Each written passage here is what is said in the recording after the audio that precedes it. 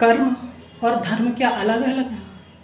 शायद धर्म का ही अर्थ कर्म और कर्म का ही अर्थ धर्म है। एक डॉक्टर साहब थे, वो इसका बहुत अच्छा उदाहरण है।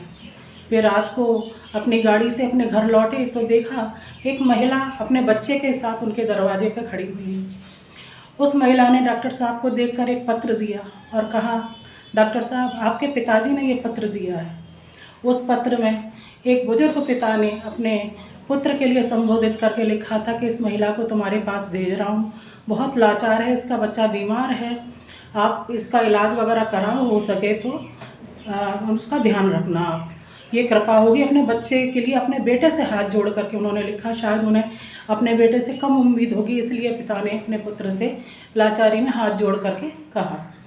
डॉक्टर साहब ने वो पत्र ले लिया, उस महिला को रखा, अपने घर के गैराज में जगह दी उनको, वहाँ रखा और उन 3 महीने तक उनके बच्चे का उन्होंने इलाज कराया। पूरी सुविधा दी, बच्चे को दवाई दी, अस्पताल में भर्ती कराया, 3 महीने तक अपने घर रखा। उसके बाद में जब वो बच्चा पूरा स्वस्थ हो गया और अपने घर जाने लगी वो महिला, तो उन्होंने धन्यवाद किया। तो डॉक्टर साहब ने कहा कि धन्यवाद मत कीजिए, आप ये उपहार लीजिए, कपड़े लीजिए, अपने बच्चे के लिए कुछ पैसे रख लीजिए और ये चिट्ठी मेरे पिता को देना जाकर।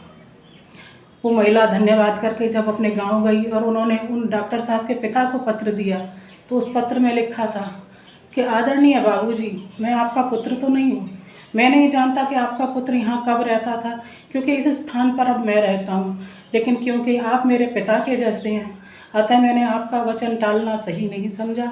आपकी आज्ञा भी मैंने अपने पिता समझकर शिरोधार्य की है, अतः आप अपना पुत्र समझकर मुझे आशीर्वाद देंगे और मुझ पर कृपा करेंगे।